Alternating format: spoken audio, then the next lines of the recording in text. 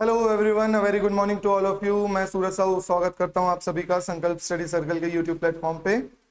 चलो, last class में हमने क्या कवर कर लिया था? लास्ट क्लास में हमने कवर कर लिया था पल्लव वंश के बारे में, राइट। लास्ट क्लास में हमने क्या कवर कर लिया था? पल्लव वंश के बारे में। और हमने ये भी देख लिया था कि भाई किस तरीके से आदित्य चोल नाम का व्यक्ति पल्लव वंश को हरा के दोबारा कौन सा वंश शुरू करता है?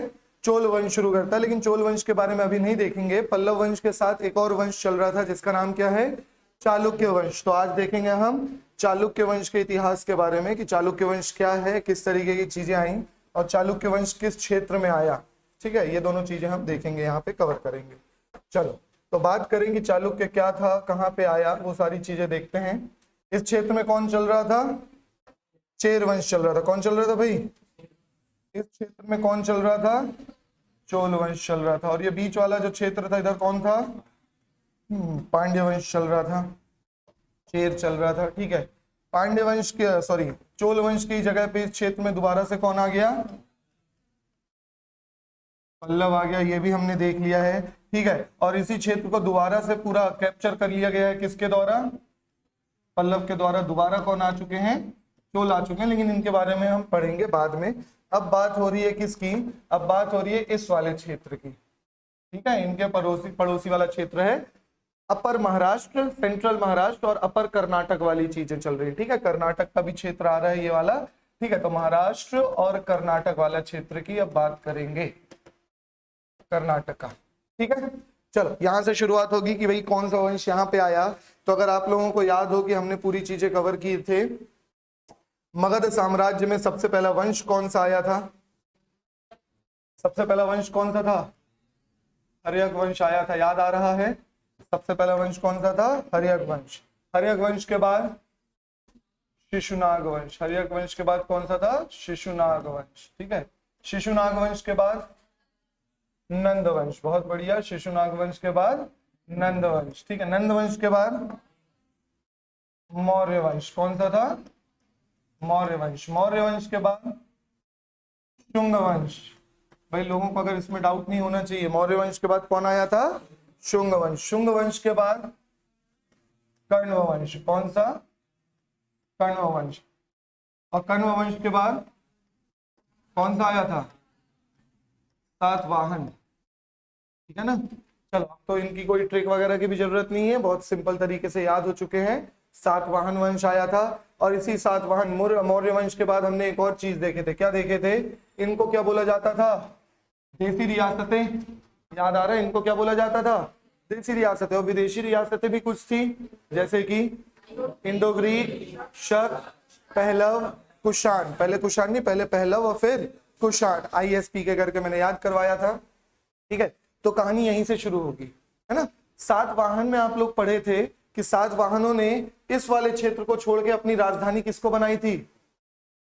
महाराष्ट्र में क्या जगह का नाम? बहुत बढ़िया है, महाराष्ट्र में इन्होंने सातवाहनों ने अपनी राजधानी किसको बनाई थी? प्रतिष्ठान नामक जगह को बनाई थी। ठीक है ना, अगर रिवीजन करोगे तो ये सारी चीजें याद आएंगी कि सातवाहनों ने अपनी राजधानी किसको बनाई थी? प्रतिष्ठान को बनाई थी। ठीक है, कहानी यहीं से शुरू होती है। सातवाहन धीरे धीरे धीरे धीरे क्या होगा? विलुप्त होते चले गए। फिर उसके बाद हमने देखा था कुषाण को हटा के गुप्त आए थे। याद आ रहा है? कुषाण को हटा के गुप्त आए थे। और इस सातवाहन वाली जगह पे, ये महाराष्ट्र कर्नाटक वाली जगह पे एक नया वंश शुरू हुआ था जिसका नाम क्या था? क्या नाम था? वकाटक वंश। क्या नाम था? वकाटक वंश। ठीक है ना, तो थोड़ी सी इंफॉर्मेशन किसके बारे में देखनी है? वकाटक वंश के बारे में देखनी है। सातवाहनों को हटा के कौन आ गया था? वकाटक वंश आ गया था। इसलिए हमें थोड़ा सा देखना है किसके बारे में? वकाटक वंश के बारे में। ठीक है, तो नेक्स्ट हेडिंग डालोगे वकाटक डायनेस्टी, क्योंकि इन्हीं के बाद कौन आएंगे? चालुक्य आएंगे। वकाटक डायनेस्टी। थोड़ी सी इंफॉर्मेशन देखनी है, ज्यादा नहीं, आप लोगों को पता होना चाहिए बस इतनी इंफॉर्मेशन, है ना। चलो, तो नेक्स्ट हेडिंग क्या डालोगे? वकाटक डायनेस्टी, वकाटक वंश। सातवाहनों के बाद कौन आया था? वकाटक वंश इसी क्षेत्र में, है ना। इन्होंने अपनी राजधानी किसको बनाई थी? राजधानी, कैपिटल किसको बनाई थी? बेरार। राजधानी क्या थी? बेरार या बरार, जो कि कहाँ है? कर्नाटक में। ठीक है, महाराष्ट्र कर्नाटक वाले क्षेत्र में थे। इन्होंने अपनी राजधानी किसको बनाई थी? बरार को बनाई थी, बरार को बनाई थी। जाति से ये क्या हुआ करते थे? ब्राह्मण्स हुआ करते थे। जाति से ये क्या हुआ करते थे? ब्राह्मण्स। जाति से ये क्या थे? ब्राह्मण हुआ करते थे, ठीक है ना। जाति से ये क्या हुआ करते थे? ब्राह्मण हुआ करते थे। वकटक वंश के बारे में देख रहे हैं, किसके जगह पे आए हैं? सातवाहन वंश की जगह पे आए हैं। महाराष्ट्र कर्नाटक वाला क्षेत्र है। राजधानी किसको बनाए हैं? बरार को बनाए हैं। जाति से क्या है? ब्राह्मण्स हैं, ब्राह्मण्स कहलाते थे ये, ब्राह्मण्स से, ठीक है। चलो फटाफट बताओ, इसके पहले कौन सा ब्राह्मण वंश आया था? मतलब सबसे पहला ब्राह्मण वंश मगध साम्राज्य में शुंग वंश, ठीक है ना। सबसे पहला गैर क्षत्रिय वंश, नॉन क्षत्रिय, सबसे पहला नॉन क्षत्रिय वंश,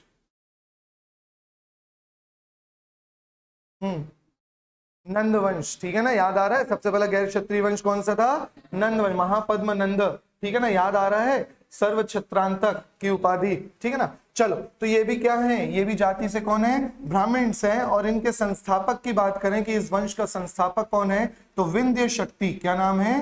विंध्य शक्ति वकटक वंश के संस्थापक माने जाते हैं, विंध्य शक्ति।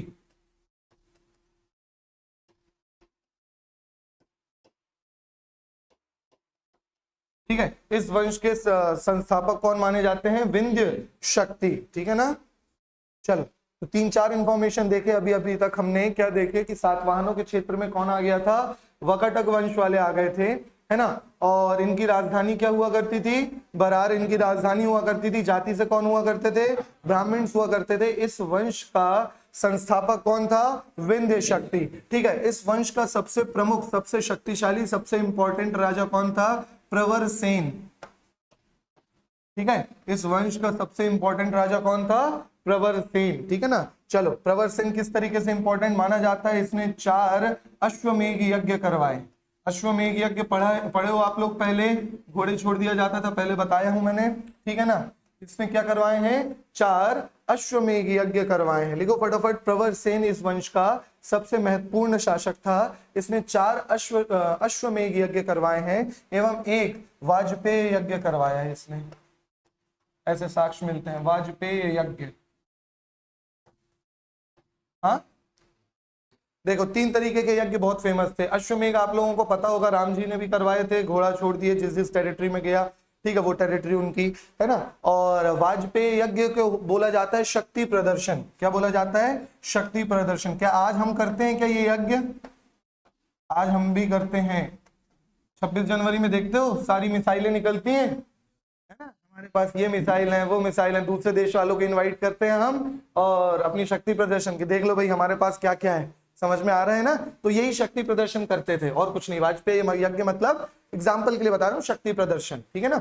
और राजसूय यज्ञ होता था एक, ठीक है ना, जिसमें सारे राजा को, राजसूय यज्ञ, सारे राजाओं को बुला के उनसे बताया जाता था कि आप अब हमारे अधीन हो, आके यज्ञ करो, ऐसा। तो अश्वमेध यज्ञ, वाजपेयी यज्ञ पूछा आपने इसलिए बता दिया, बाकी एग्जाम पॉइंट ऑफ व्यू से जरूरी है। शक्ति प्रदर्शन, अपने अपने क्या क्या चीजें होती थी, क्या क्या नहीं होती थी, उनके पास कितनी तरीके की सेना है। ये देखिए हमारे पास 10,000 हाथियों की सेना है, हमारे पास इतने अश्वारोही हैं, वगैरह वगैरह, इस तरीके की चीजें, है ना। तो सबसे महत्वपूर्ण राजा कौन आता है यहाँ पे? प्रवर सेन आता है, ठीक है ना। लास्ट, मतलब लास्ट तो नहीं, एक और राजा का नाम लिखो, रुद्रसेन। हाँ, रुद्रसेन, हाँ, नहीं इनका बेटा नहीं है, बस इंपॉर्टेंट राजा का नाम, इनमें सीक्वेंस नहीं देखेंगे हम किसी राजा का। एक नाम लिखोगे, कौन सा? रुद्रसेन की बात लिखोगे। ये रुद्रसेन को हम क्यों पढ़ रहे हैं? आप लोगों ने गुप्त वंश में रुद्रसेन पढ़ा है, कहां पढ़ा है याद करो। हाँ हाँ, बहुत बढ़िया, ठीक है ना। याद आ रहा है वो कहानी जिसमें हमने देखे थे देवी चंद्रगुप्तम? अरे याद आ रहा है, ध्रुव देवी और चंद्रगुप्त द्वितीय। चंद्रगुप्त द्वितीय ने अपने भाई रामगुप्त की हत्या करके अपनी भाभी, क्या नाम था, देवी चंद्रगुप्त से विवाह कर लिया था। शकों का आक्रमण हुआ था, याद आ रहा है थोड़ी सी कहानी, है ना। तो उन्हीं दोनों की बेटी का विवाह किसके साथ हुआ है? रुद्रसेन के हुआ है। किन दोनों के? चंद्रगुप्त द्वितीय एंड ध्रुव देवी, है ना, की पुत्री का विवाह। इनकी पुत्री का विवाह उधर भी मैंने बताया था गुप्त वंश में, इनकी पुत्री वेड्स, विवाह हुआ है भाई किसके साथ? रुद्रसेन के साथ, वकटक वंश के साथ, ठीक है।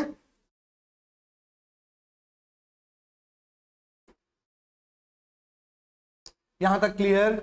ठीक है ना। चलो वकटक वंश की इतनी इंफॉर्मेशन जाननी है, एक बार याद कर लो वकटक वंश, यहीं पे याद कर लो। ठीक है, तीन चीज तो वहां से मिल रही है। वंश का नाम क्या है? वकटक वंश। ठीक है, वंश का नाम क्या है?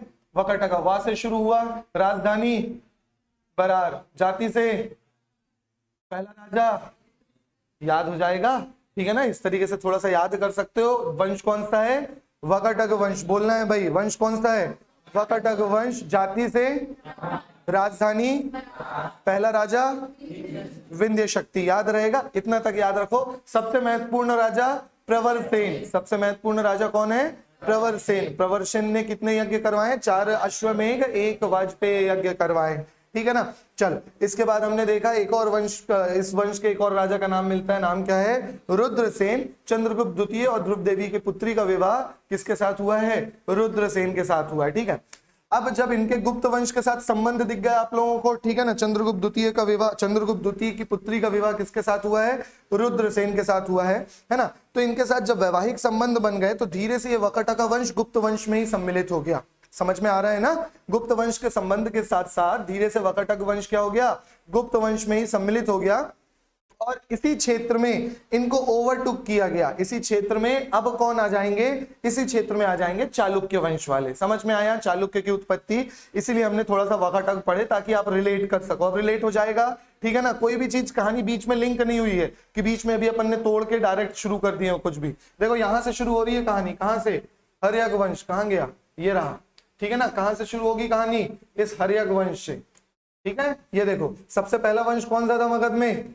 हर्यक वंश। याद है? हर्यक वंश के बाद नागवंश, नागवंश के बाद नंद, के बाद मौर्य, मौर्य के बाद यहाँ से देसी रियासतें और विदेशी रियासतें। ये देसी रियासतें हैं और विदेशी रियासतों में हमने पढ़ा था इंडो ग्रीक, शक, पहलव और कुषाण। इसी कुषाण के बाद कौन थे?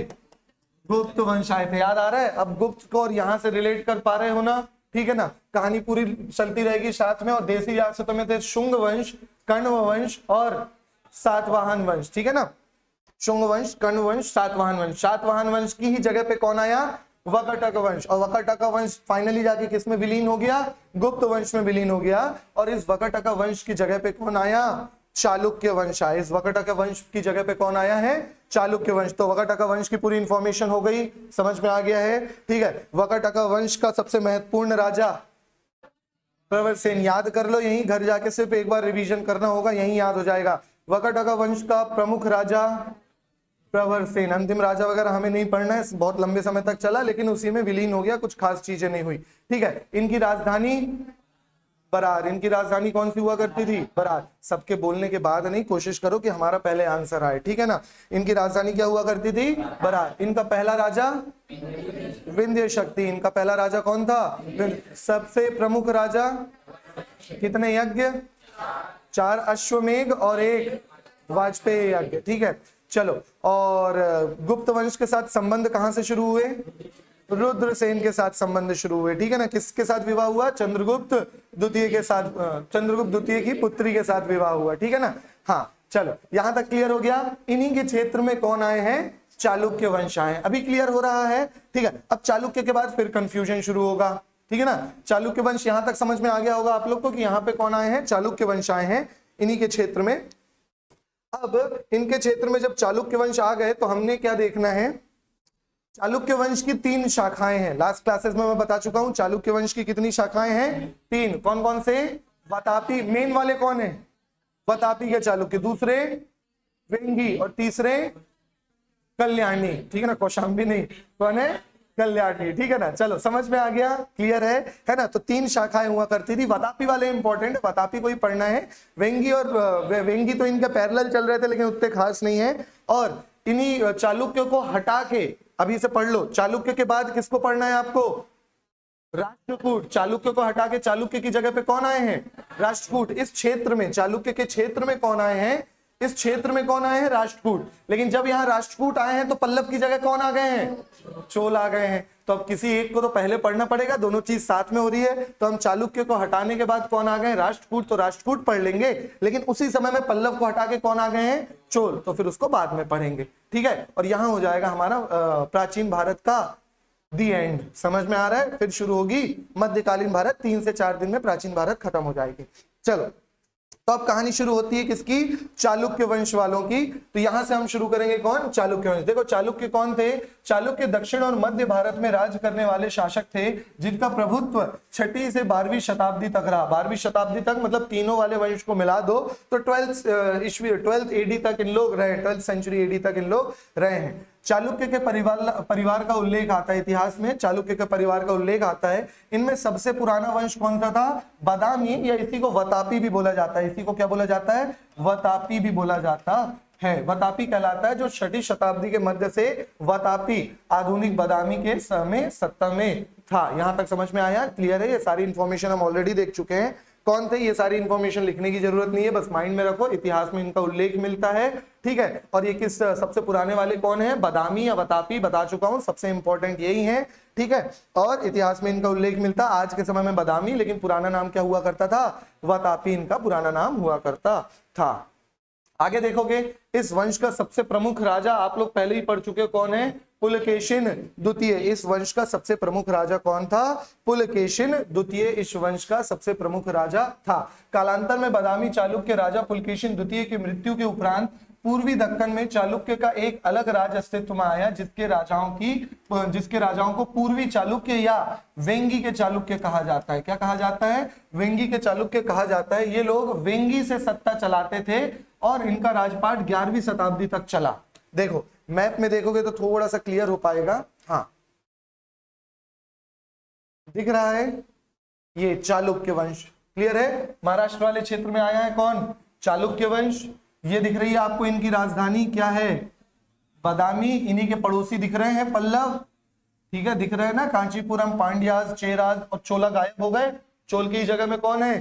पांड्याज है। ठीक है, अब चालुक्य जब इधर आए हैं, कहा? ईस्ट साइड में, मतलब जब चालुक्य का ये अपना राजा हारा है पुलकेशिन द्वितीय, तो एक ब्रांच अलग हो गई जिसको पूर्वी चालुक्य बोला जाता है। क्या बोला जाता है? पूर्वी चालुक्य। पूर्वी चालुक्य क्यों बोलते हैं? क्योंकि इसके पूर्व में स्थित है, ठीक है ना, वेंगी, उन्हीं को बोला जाता है। पूर्वी चालुक्य वालों ने अपनी राजधानी कहां बनाई थी? वेंगी बनाई थी, इसीलिए एक ब्रांच का नाम दे दिया गया, क्या? वेंगी के चालुक्य। समझ में आ रहा है ना? और जब तीसरी बार ये पूरा हटके जब राष्ट्रकूट आएगा और राष्ट्रकूट को दोबारा हटा के चालुक्य आएंगे, तो उन चालुक्य को क्या बोला जाएगा?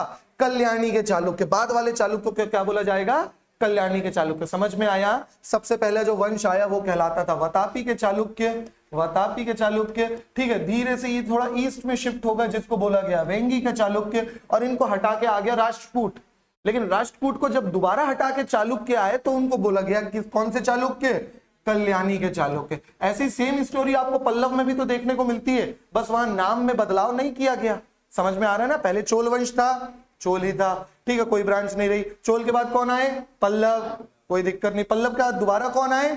चोल वंशी आए। नाम में कोई बदलाव नहीं किया गया, बाकी कहानी तो ऐसी ही मिल रही है। समझ में आ गया? क्लियर है? ठीक है, चलो, है ना? तो कंफ्यूजन तो नहीं होगा यहाँ पे, क्योंकि ये वाला टॉपिक अक्सर हमें कंफ्यूज कर देता है कि कब कहाँ कौन आ रहा है। 10 बार यहाँ राजा चेंज होंगे, वंश चेंज होगा, है ना? तो बस नाम अलग अलग हो रहा है। देखो 10वीं शताब्दी में कल्याणी आधुनिक वासव कल्याण में एक तीसरे चालुक्य वंश का उदय हुआ जो पश्चिमी चालुक्य कहलाते थे। इनका शासन 12वीं शताब्दी तक चला। ये तीनों चालुक्य वंश के बीच रक्त का संबंध था, मतलब तीनों आपस में रिलेटेड थे। ये सारे पॉइंट आप लोग को ध्यान नहीं रखना है, वो कहानी मैंने आप लोगों को बता दिया, ठीक है ना? क्या है कहानी? सबसे पहले कौन आए हैं? वतापी के चालुक्य। बादामी या वतापी दोनों चीज सेम है, बादामी या वतापी दोनों नाम याद रखने हैं आपको। वतापी के चालुक्य, वतापी पुराना नाम था, बादामी करंट नाम है, तो वतापी याद रखो तो बेटर रहेगा, ठीक है? चलो, तो सबसे पहले कौन आए थे? वतापी के चालुक्य। इन्हीं के साथ पैरेलल कुछ समय बाद ही कौन सी ब्रांच शुरू हो गई? वेंगी के चालुक्य। और इन दोनों को हटा के कौन आया? राष्ट्रकूट। इनको हटा के कौन आया? राष्ट्रकूट। और राष्ट्रकूट को हटा के जब दोबारा चालुक्य आए तो उनको क्या बोला गया? बस सबसे सिंपल तरीके से ये तीनों ब्रांच हमें क्या हो जाएंगी? याद हो जाएंगे। बस ये ब्रांच याद रखनी है आप लोगों को कि किस तरीके से ये चीजें हुई हैं, ठीक है? सबसे महत्वपूर्ण राजा, मतलब सबसे पहला राजा अगर देख लिया जाए, वास्तविक संस्थापक किसे बोल दिया जाता है? पुलकेशिन प्रथम को। वास्तविक संस्थापक किसको माना जाता है? पुलकेशिन प्रथम इस वंश का वास्तविक संस्थापक कहलाता है। तो बस नाम आप लोग क्या याद रखोगे कि पुलकेशिन प्रथम इस वंश का वास्तविक संस्थापक कहलाता है। क्लियर हो गया? यहां तक समझ में आया? इस वंश का वास्तविक संस्थापक कौन रहेगा? पुलकेशिन प्रथम, ठीक है? चलो, बादामी चालुक्य का संस्थापक पुलकेशिन प्रथम माना जाता है, लेकिन एक्चुअल में यही नहीं है ना, इनके पप्पा भी हैं, एक्चुअल में पप्पा नहीं दादा, ठीक है। कौन है? सिंहवर्मन। सिंहवर्मन माना जाता है कि ये वंश सिंहवर्मन ने शुरू किया। सिंहवर्मन के बाद रणराग आए थे। कौन आए थे? रणराग। और रणराग के बाद आए थे कौन? पुलकेशिन द फर्स्ट, पुलकेशिन प्रथम। समझ में आ रहा है? लेकिन वास्तविक संस्थापक किसे माना जाता है? पुलकेशिन प्रथम को माना जाता है, इन्हें वास्तविक संस्थापक कहा जाता है, ठीक है। लेकिन असली शुरुआत चालुक्य वालों की किसने किया था? सिंहवर्मन ने किया था, ठीक है। एक सिंह विष्णु आया था, है ना, याद है? वो अलग है, ये सिंहवर्मन अलग है। समझ में आ रहा है? नाम सेम सेम आ रहा है तो कंफ्यूज मत होना, कई बार इस तरह की चीजें आ जाती हैं। वो सिंह विष्णु अलग है, ये सिंहवर्मन अलग है। कौन से वंश का संस्थापक है सिंह विष्णु? पल्लव वंश अलग है, ये अलग है। क्लियर है? बहुत बढ़िया, है ना। लेकिन वास्तविक संस्थापक किसको माना जाता है? पुलकेशिन प्रथम को माना जाता है ना। चलो 549 से लेके 550 ईसा में सर्वप्रथम स्वयं को स्वतंत्र घोषित किया। उन्होंने चालुक्य वंश की स्थापना तो कर दी थी, लेकिन 549 और 550 के आसपास इन्होंने अपने आप को क्या किया? इंडिपेंडेंट किया। सबसे इंपॉर्टेंट यहां से क्वेश्चन पूछता है, उपाधियां, ठीक है ना। यहां से क्वेश्चन पूछा गया है और अक्सर पूछता है पुलकेशिन प्रथम की उपाधि, सबसे इंपॉर्टेंट। इसने सत्याश्रय, रण विक्रम, श्री पृथ्वी वल्लभ जैसी उपाधियां धारण की। ये याद रखना है आप लोगों को। इनकी उपाधियां कौन सी थी? सत्याश्रय, पृथ्वी वल्लभ। ये दोनों उपाधियां ऑलरेडी पूछी जा चुकी हैं, ऑलरेडी पूछ चुका है। सत्याश्रय की उपाधि पुलकेशिन प्रथम, श्री पृथ्वी वल्लभ पुलकेशिन प्रथम, रण विक्रम और याद करो पुलकेशिन प्रथम की उपाधियां हैं। लिखते हुए चलो इनको अभी, ठीक है ना, पीडीएफ के भरोसे मत बैठो। चलो कौन सी उपाधियां? सत्याश्रय, रण विक्रम और श्री पृथ्वी वल्लभ। थोड़ा थोड़ा इनको शॉर्ट में यही लिखते जाया करो ताकि चीजें माइंड में बैठती रहें, ठीक है। चलो इन्होंने कौन सी उपाधियां धारण की है? बोलो जरा। सत्याश्रय, रण विक्रम, श्री पृथ्वी वल्लभ, ठीक है ना। याद रहेगा कौन सी तीन उपाधियां हैं? सत्याश्रय, रण विक्रम और पृथ्वी वल्लभ। किसने? पुलकेशिन प्रथम। ये भी याद रखनी है किसने किया है, ठीक है ना, नहीं तो गायब हो गया किसने किया है, ठीक है। पुलकेशिन द्वितीय नहीं, किसने? पुलकेशिन प्रथम की बात हो रही है, इन्हीं के वंश में अभी आएंगे पुलकेशिन द्वितीय। पुलकेशिन द्वितीय की उपाधि बताओ जरा। चलो याद है ना कहानी, लास्ट क्लास में देखे थे, किसको हराया था? बहुत बढ़िया, महेंद्र वर्मन, है ना। बताओ पुलकेशिन द्वितीय को किसने हराया? किसने हराया? नरसिंह वर्मन। अरे लास्ट क्लास में देखे थे ना कहानी। देखो अगर ये कहानी के रूप में याद नहीं हो पाया ना तो फिर ये इम्पॉसिबल हो जाएगा याद करना, है ना, क्योंकि इतने हैं, कहीं वर्धन आ रहे हैं तो कहीं वर्मन आ रहे हैं, कहीं सिंह विष्णु आ रहे हैं, कहीं सिंह वर्मन आ रहे हैं। कंफ्यूजन बहुत ज्यादा रहती है इन सारी चीजों में। बहुत सिंपल तरीके से पढ़ रहे हैं, लेकिन ये सिंपल 2 ही दिन लगेगा, है ना। जब तक रिवीजन करोगे तब तक, रिवीजन नहीं करोगे तो 4 महीने बाद उठाओगे ना ये चीज तो फिर कंफ्यूजन हो जाएगा। कब पल्लव आए हैं, कब चोल आए हैं, कब क्या आए हैं, नहीं पता चलेगा। अभी सारी चीजें क्लियर है, कौन कब किस तरीके से आ रहा है, सारे वंश का एक लिंक मिल रहा है, ठीक है ना। लेकिन बाद में अगर अभी सही तरीके से रिवीजन नहीं करोगे ना इनका तो वो लिंक सब गायब हो चुका होगा, ठीक है। चलो, है ना, तो ये तो आगे की कहानी होगी। अभी याद रखना है हमें क्या? पुलकेशिन प्रथम ने 3 उपाधियां याद रखनी है। कौन कौन सी? रण विक्रम, पृथ्वी वल्लभ और सत्याश्रय। कोई सीक्वेंस नहीं है, जिस सीक्वेंस में याद आता है उस सीक्वेंस में याद रखो। धारण की थी। इसके द्वारा भी अश्वमेध यज्ञ एवं वाजपेयी यज्ञ करवाए गए थे। ये भी मिलता है कि ये भी एक इंपॉर्टेंट राजा था, अश्वमेध यज्ञ और वाजपेयी यज्ञ करवाए थे। इसकी 2 संतान कीर्तिवर्मन और मंगलेश, ठीक है। याद आ रहा है पल्लव में भी हमने इस तरीके से 2 चीज देखे थे ना, एक भीम वर्मन भी आ रहा था, ठीक है ना, तो अलग से देखे थे उसको, फिर बाद में वैसे ही कुछ केस आएगा यहाँ पे मंगलेश का। ये मंगलेश की संतानें हैं, मतलब इनका वंश तो चलते रहा अपना, कौन सा? वतापी वाला। ये मंगलेश की संतानें हैं जिन्होंने बाद में वेंगी के चालुक्य की शुरुआत की है। समझ में आ रहा है ना, इसीलिए खून का रिश्ता है ना। बाद में यही मंगलेश वालों ने क्या किया है? वेंगी के चालुक्य की शुरुआत कर दी। क्लियर हो रहा है, समझ में आ रहा है? चलो बहुत बढ़िया। इसके क्या थे? 2 पुत्र थे। तो अगर ऐसे फ्लो चार्ट बनाया जाए इन लोगों का तो सबसे पहले किसका नाम आ जाएगा? सिंह वर्मन। इसके बाद रणराग, ठीक है ना। इसके बाद किसका नाम आएगा? रणराग। रणराग के बाद पुलकेशिन प्रथम। इसकी कितनी संतानें? कौन कौन? कीर्तिवर्मन, ये फ्लो चार्ट से हमें बहुत इजी हो जाता है। और दूसरा मंगलेश, ठीक है, दूसरे का नाम क्या है, मंगलेश नाम है। ठीक है, क्लियर हो रहा है, समझ में आ रहा है ना। तो ये फ्लो चार्ट से हमें चीजें क्लियर हो जाती है। अब चलेगा, ये कीर्तिवर्मन लिखा, अब चलेगा इनका वंश। ठीक है, किनका वंश, कीर्तिवर्मन वालों को चलता रहेगा।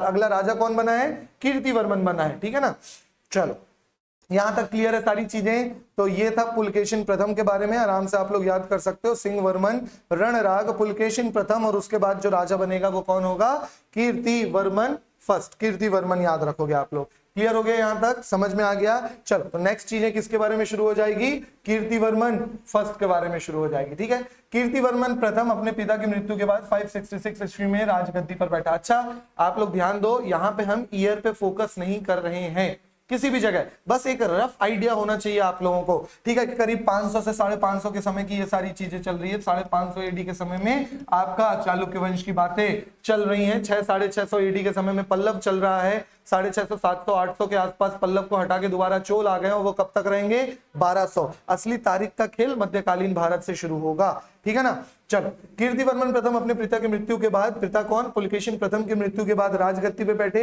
इसने भी क्या किया है, सत्याश्रय की उपाधि धारण की, लेकिन सत्याश्रय इंपॉर्टेंट आता है पुलकेशिन वन के लिए। ठीक है, कभी रहेगा तो पुलकेशिन वन पहले लगाओगे, है ना, ये इंपॉर्टेंट है। इसमें महाकूट स्तंभ लेख में इसके द्वारा किए गए बहुसुवर्ण अग्निहोष्टम यज्ञ का उल्लेख मिलता है।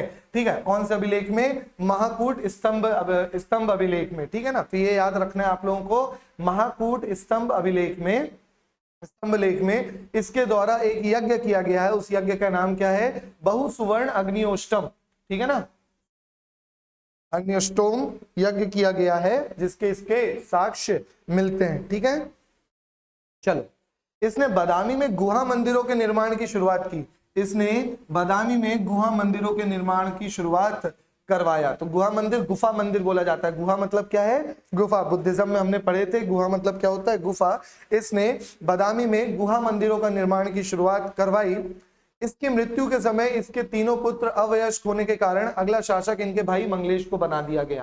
ठीक है, लेकिन मंगलेश के बाद दोबारा कौन आ जाएंगे, इन्हीं की संतान आ जाएंगे, और मंगलेश के ब्रांच वाले दोबारा से वेंगी शुरू करेंगे। ठीक है, देखो इनकी मृत्यु के बाद किसको बनाया गया है, मंगलेश को बना दिया गया। लेकिन मंगलेश बहुत कम समय के लिए राजा रहे हैं, है ना। तो मंगलेश का भतीजा, मतलब इनकी संतान दोबारा से मंगलेश को हटा के खुद राजा बन जाएंगे जब एडल्ट हो जाएंगे। तो अभी एडल्ट नहीं हुए हैं, अवयस्क हैं। जब वयस्क हो जाएंगे तो दोबारा से मंगलेश को हटा के इन्हीं की संतान राजा बनेगी। क्लियर हुआ, समझ में आया। तो अभी तक हमने क्या पढ़ा, अभी तक हमने सबसे पहले पढ़ा वकाटक वंश के बारे में। कौन से वंश के बारे में, वकाटक। पेन कॉपी छोड़ के रिवीजन शुरू करो। वकाटक वंश का संस्थापक,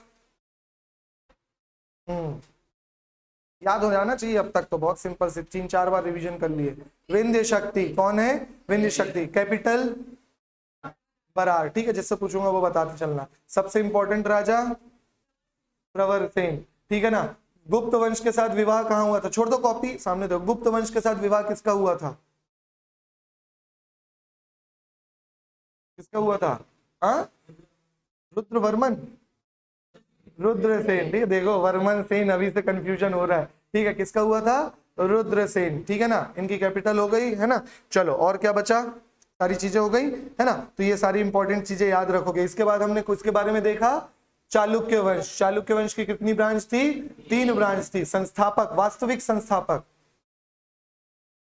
चलो पुलकेशिन प्रथम। लेकिन एक्चुअल में शुरुआत किसने की थी, सिंहवर्मन। किसने की थी, सिंहवर्मन के बाद रणराग। ठीक है, तभी याद रहेगा, काफी है। रणराग के बाद पुलकेशिन प्रथम के बाद पहले कीर्तिवर्मन, फिर मंगलेश। ठीक है ना, हाँ, कीर्तिवर्मन, कीर्तिवर्मन के बाद मंगलेश तक की कहानी हुई है अभी तक। क्लियर है, चलो, है ना। तो कीर्तिवर्मन के भी हमें साक्ष्य मिले हैं कि भाई इसने यज्ञ करवाए हैं। ठीक है, और इसने अलग तरीके का यज्ञ करवाया था जिसको बहुसुवर्ण अग्निहोष्टम कहा जाता था। ठीक है, चलो आगे देखेंगे। यहाँ पे कौन बैठा है, मंगलेश बैठा है। भाई की देखो, भाई कीर्तिवर्मन की मृत्यु के बाद मंगलेश 597 ईस्वी को राजगद्दी पर बैठा। यह वैष्णव धर्म का अनुयायी था। ये दोनों पॉइंट इंपॉर्टेंट नहीं है। इसने परम भागवत की उपाधि धारण की, ये पॉइंट याद रखोगे। परम भागवत की उपाधि किसने धारण की है, मंगलेश ने उपाधि धारण की है। ठीक है ना। इसने बादामी के गुहा मंदिरों का निर्माण पूरा करवाया।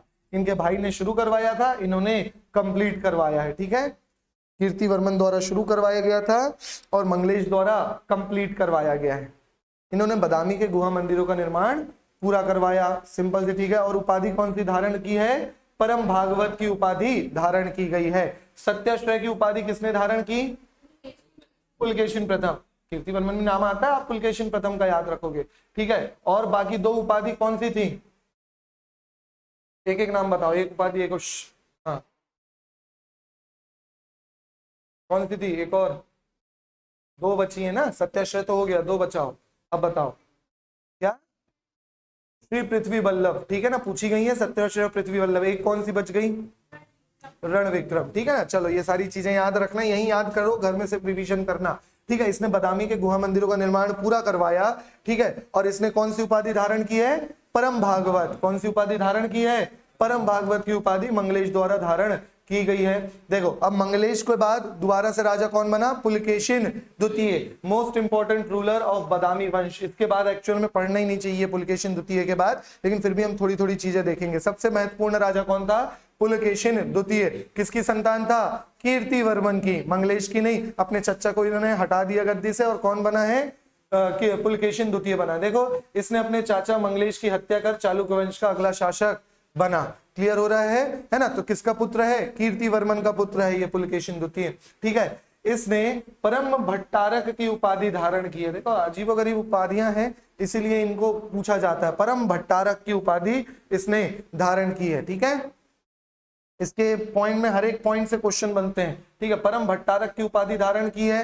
दूसरा, इसके राजकवि, कोर्ट पोएट, ठीक है, ही टुक द टाइटल ऑफ परम भट्टारक। ठीक है, इनके कोर्ट पोएट कौन हुआ करते थे? रवि कीर्ति। बहुत इंपॉर्टेंट नाम है, एग्जाम्स में पूछा जाता है, अभी भी पूछा जाता है। ठीक है ना, इन्होंने एहोल शिलालेख बनवाया है। ठीक है, इन्होंने क्या बनाया है? एहोल शिलालेख, एहोल शिलालेख बनवाया, एहोल शिलालेख बनवाया। एहोल रॉक इंस्क्रिप्शन, पूरा क्या लिखोगे? Aihole rock inscription. चलो, मैं इसके बारे में महत्वपूर्ण जानकारी प्राप्त होती है। कौन सी महत्वपूर्ण जानकारी प्राप्त होती है, कुछ बताओगे?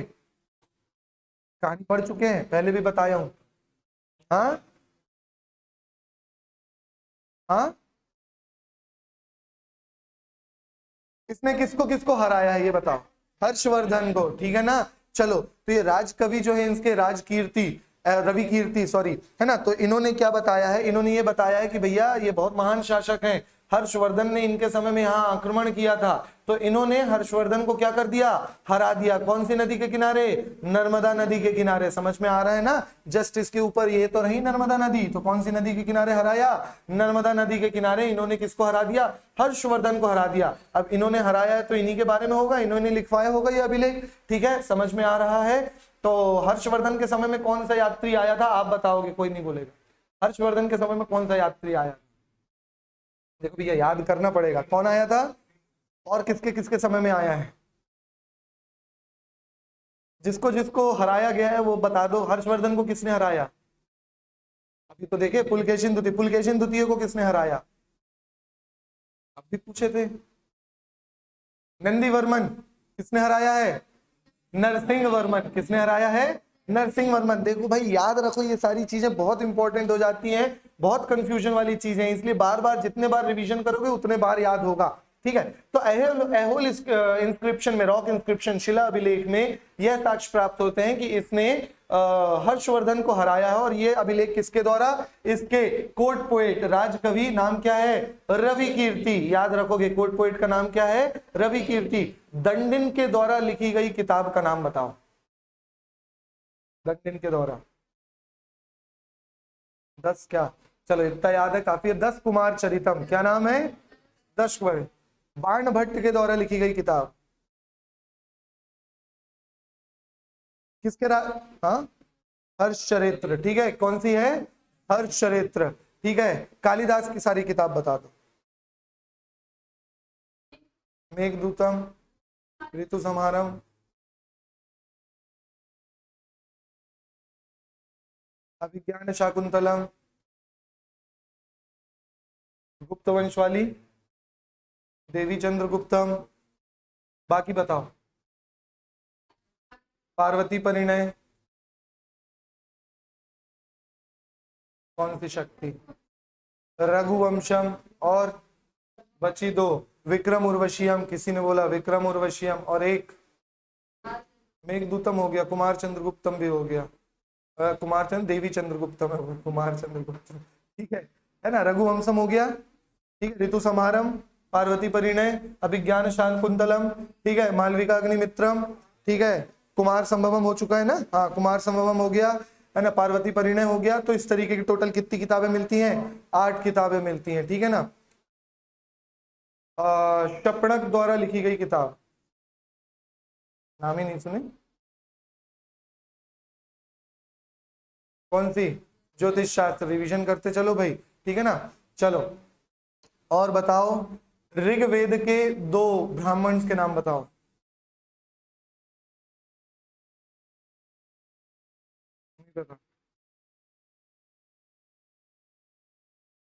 ऐत्रेय और कौशिकी, ठीक है ना।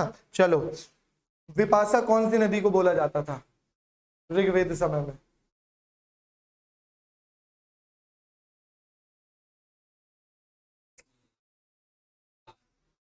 पक्का?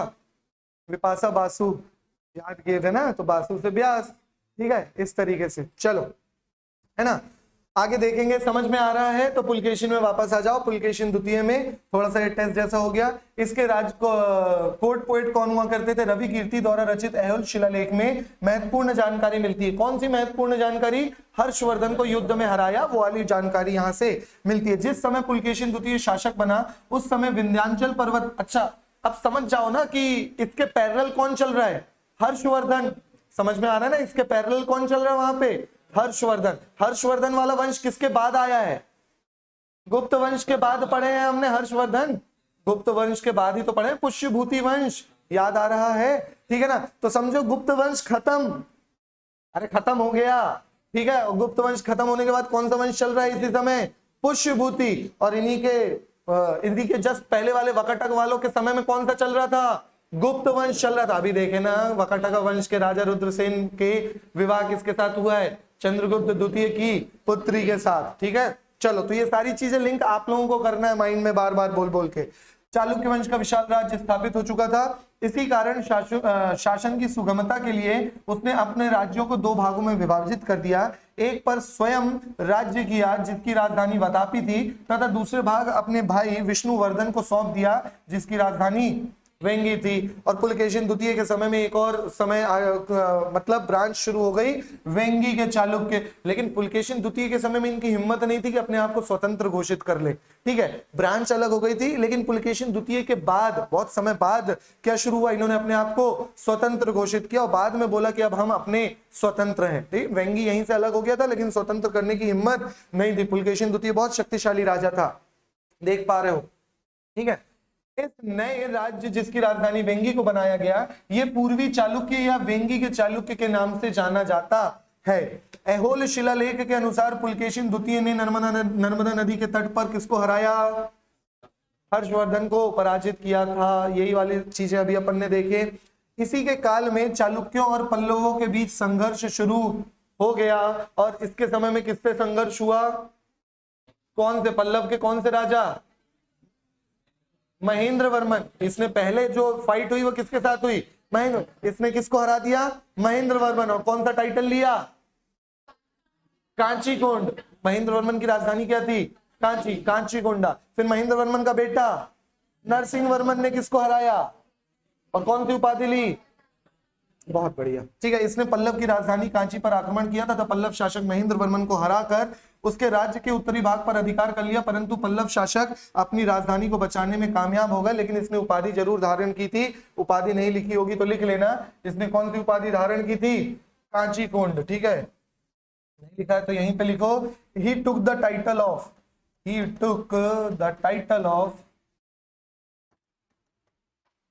कांची कोंड। कांची कोंड, कांची को जीतने वाला, ठीक है ना। काचीकोंड, इसने कौन सी उपाधि धारण की थी? इसने काचीकोंड नामक उपाधि धारण की थी, क्योंकि काची किसकी राजधानी थी? पल्लवों की राजधानी थी। ठीक है, आगे देखोगे कुछ समय पश्चात पुलकेशिन ने फिर पल्लवों की राजधानी कांची पर आक्रमण किया, लेकिन इस समय तक पल्लव का राजा कौन हो चुका था? महेंद्र वर्मन का पुत्र नरसिंह वर्मन, जिसने पुलकेशिन को द्वितीय को बहुत बुरी तरीके से, मतलब कहानी में ये मिलता है कि पुलकेशिन द्वितीय अपनी जान बचा के भागा वातापी की तरफ, यही आक्रमण करने गया था। ठीक है, जान बचा के भागा और खदेड़ खदेड़ के मारा। किसने? नरसिंह वर्मन ने उसको खदेड़ा वहां तक और उसकी हत्या कर दी। किसकी हत्या कर दी थी? पुलकेशिन द्वितीय की हत्या कर दी गई। किसके द्वारा? नरसिंह वर्मन द्वारा। ठीक है, द्वितीय को बहुत बुरी तरीके से पराजित किया। यहाँ पे कौन आया? ऑब्वियसली आएगा, क्योंकि हर्षवर्धन के समय में कौन आया था? हुइनसांग। हर्षवर्धन को किसने हराया? पुलकेशिन द्वितीय। तो पुलकेशिन द्वितीय के समय में भी आएगा। देखो, चीनी यात्री हुइनसांग 641 ईस्वी में पुलकेशिन के दरबार में भी आया था।